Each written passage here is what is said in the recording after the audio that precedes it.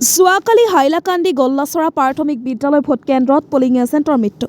গল্লাচৰা প্ৰাথমিক বিদ্যালয় ভোটগ্ৰহণ কেন্দ্ৰত ৰাইজৰ ভোটদান প্ৰক্ৰিয়া চলি থকাৰ সময়ত পলিং এজেণ্ট ফাৰুক আহমেদৰ উচ্চ ৰক্তচাপজনিত ৰোগত কৰ্তব্যৰত অৱস্থাত মৃত্যু হয়। আজি বিয়লি 3 বজাত শ লোকৰ উপস্থিতিত ঘৰতে শেষ অন্ত্যেষ্টিক্ৰিয়াৰ বাবে প্ৰাৰ্থনা সম্পূৰ্ণ কৰা হয়। তেওঁৰ মৃত্যুৰ খবৰে গোটেই অঞ্চলজুৰি শোকৰ ছাপ পেলাইছে। শিলচৰৰ পৰা Imrul Borbhuyan report, north east frontier news.